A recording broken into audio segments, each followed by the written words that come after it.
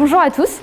Alors Christian et moi, on est chargés de vous faire l'expérience en live et on a décidé de vous présenter de l'adhérence moléculaire.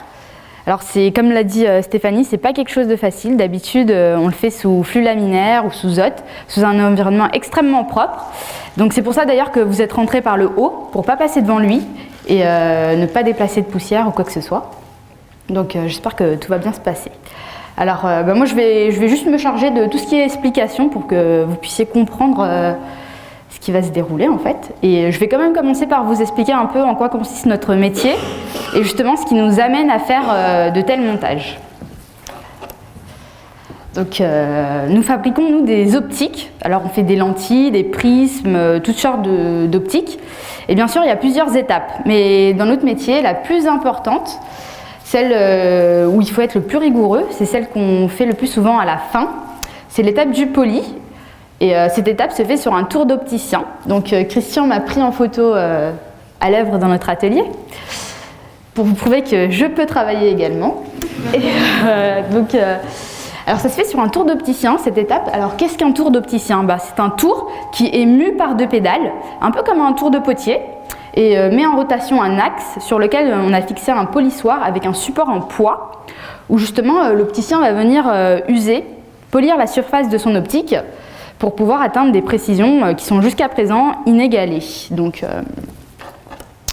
pourquoi de telles précisions? Eh bien c'est simple. Certains chercheurs et thésards de l'Institut travaillent dans l'UV lointain. Et à cette longueur d'onde, le moindre défaut va être détecté. Donc il leur faut des optiques de grande précision. Donc pour cela, nous travaillons sur un support en poids. Qu'est-ce que la poix? Eh bien la poix, c'est une résine thermodéformable, c'est-à-dire qu'elle est en continuelle déformation. Et peut-être que certains d'entre vous ont même déjà vu sans le savoir.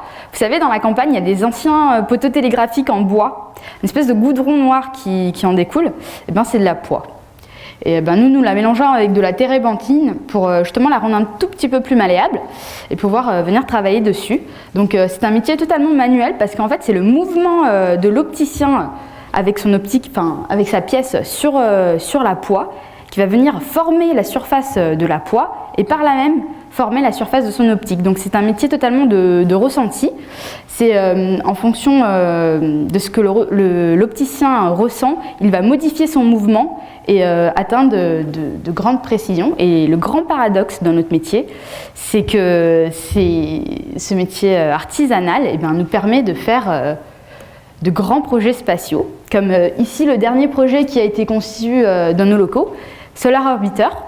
Alors c'est un projet qui a été initié par l'ESA, qui va consister à envoyer 2 télescopes le plus près possible du Soleil pour le prendre en photo. Donc pour vous donner une idée des précisions qu'on arrive à atteindre, le miroir qui se trouve à droite de la photo, on nous avait demandé de faire 1 nanomètre 5 au niveau de la régularité de la surface, c'est-à-dire la forme générale de la pièce. Alors au nanomètre, c'est un peu difficile à visualiser ça, donc je vais vous le mettre à l'échelle de la France. C'est comme si on prenait une route qui va de Lille à Marseille, 1000 km, et qui avait moins de 2 cm de dénivelé dans cette route. Et au niveau de la rugosité, donc la peau d'orange de la surface, on a réussi à faire moins de 0,2 de nanomètre. Donc on arrive enfin à notre présentation quand même, l'adhérence moléculaire, ce qu'on appelle également les forces de Van der Waals. Alors pour vous donner une idée assez globale de ce que c'est, c'est lorsqu'on va mettre la surface de 2 optiques en contact proche et que ces surfaces vont s'adhérer moléculairement en surface et ne former plus qu'un. Donc pour vous montrer vraiment l'intérêt de ce mode de montage, j'ai pris la chaussée des géants, qui est un miroir segmenté qui a également été conçu ici. Donc en fait sur le dessus il y a 206 marches qui vont de quelques nanomètres à quelques dizaines de microns sur le bord. Et donc pour cela on devait faire des parallélépipèdes qui soient tous identiques. Il fallait qu'ils soient tous identiques. Donc ces parallélépipèdes font 40 mm de hauteur de 4 par 4. Et pour cela, on les a adhérés sur un même bloc de verre pour pouvoir les travailler ensemble. Et l'avantage de ce mode de montage, c'est qu'on ne met pas de colle. C'est-à-dire qu'il n'y aura pas cette surépaisseur qu'on ne pourra pas venir coter. Donc lors du démontage, on saura exactement mesurer les pièces, on saura la cote exacte des pièces. Donc de plus, le fait de ne pas mettre de colle, il n'y aura pas de défaut angulaire. Ce qui veut dire qu'à la fin, lors du montage, s'il y avait un défaut angulaire, il se serait répercuté en fait sur toutes les pièces, et donc on n'aurait pas pu réussir à faire ce genre de précision, car en fait les marches sont au 10e de seconde d'arc, donc ce qui est plutôt pas mal. Donc, alors pour faire l'adhérence, comme je vous l'ai dit, c'est la propreté qui est extrêmement importante, mais il y a 3 conditions également pour pouvoir adhérer 2 pièces. Il faut que les pièces qui vont être adhérées soient complémentaires. De plus, le poli doit être récent, il ne doit pas y avoir d'oxydation. On ne peut pas espérer adhérer des pièces qu'on a polies il y a 3 semaines. Il faut vraiment qu'elles sortent de polissage. Et il faut également que le poli soit assez fin. Il faut qu'il soit en dessous de 5/10 de nanomètre. Donc Christian va commencer à faire l'expérience, adhérer les pièces. Alors là, il nettoie les pièces à l'aide d'un chiffon imbibé d'éthanol. Alors si vous n'entendez pas au fond de l'amphi ce petit bruit que j'entends là, c'est qu'il ne le fait pas bien.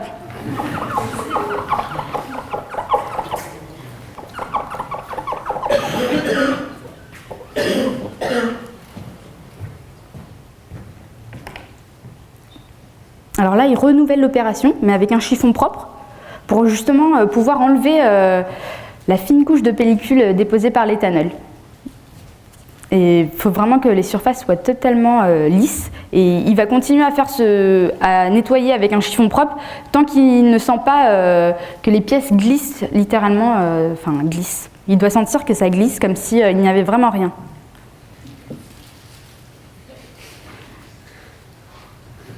Allez Christian, mets-y du cœur.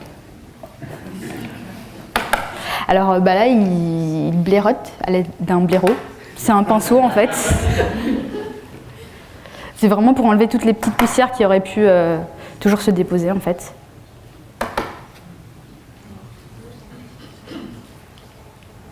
Alors là, il est en train d'achromatiser les pièces. Alors vous êtes censé voir les franges d'interférence. Alors il n'y a qu'une tente normalement.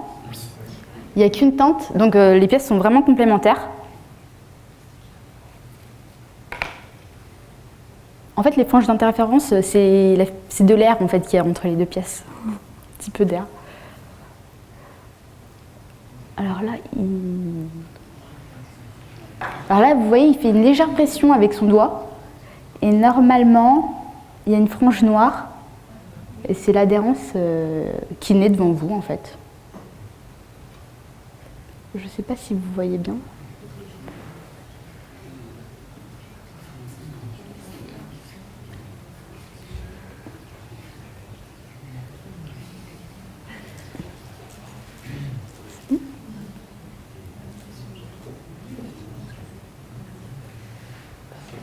Donc les franges ont disparu. Alors les 2 pièces sont adhérées.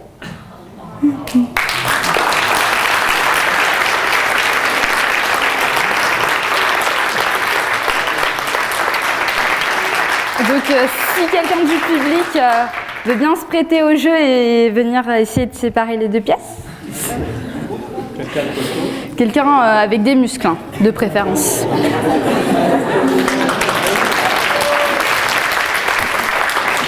Oui, tirer, peut glisser, c'est de l'effet.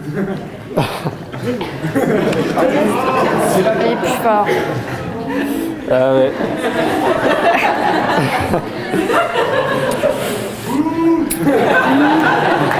Quelqu'un d'autre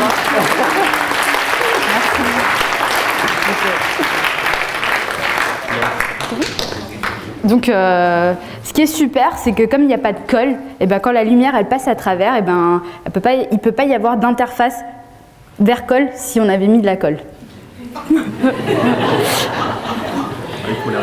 Donc, c'est bien joli de faire des montages, mais on aime quand même récupérer nos pièces. Donc Christian va désadhérer les pièces. Alors en fait il suffit de faire un chanfrein. Faut pas oublier de le faire parce que sinon on récupère pas les pièces. Alors pour désadhérer, on prend une lame de rasoir et en fait on dépose vraiment le fil du rasoir et ça va venir désadhérer. Là vous voyez bien les pièces se désadhérer. Et donc voilà.